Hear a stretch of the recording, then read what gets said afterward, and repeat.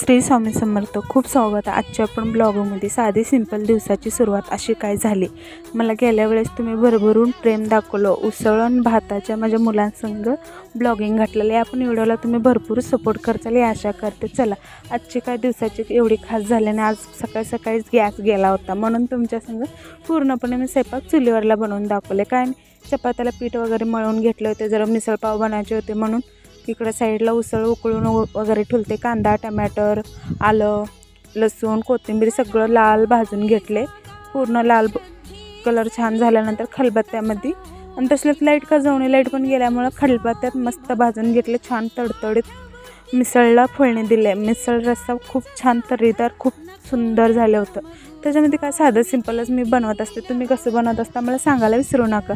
ही जी paste घेतली जिरं मोहरीची तडकं फोडणी दिले. मग पेस्ट घालून घेतले. लाल मसाला, काळा मसाला, हळद, चवीप्रमाणे मीठ वगैरे घालून 1-2 मिनिट तेल सुटत परतून घेतले. परतून घेतल्यानंतर आपली उकळी आलेली उसळ तर होती साईडला, मग ती वतून घेतले. थोडंसं 1-5 मिनिट थांबायचं. पूर्णपणे असं तर्री येतपर्यंत 15-20 मिनिट छान रटा शिजून घ्यायची. मस्त झाली तर्रीदार उसळ शिजून तयार. चला मिसळ पाव तर बनवायचे काय मला एवढं वेळ कम तर विसरलेच.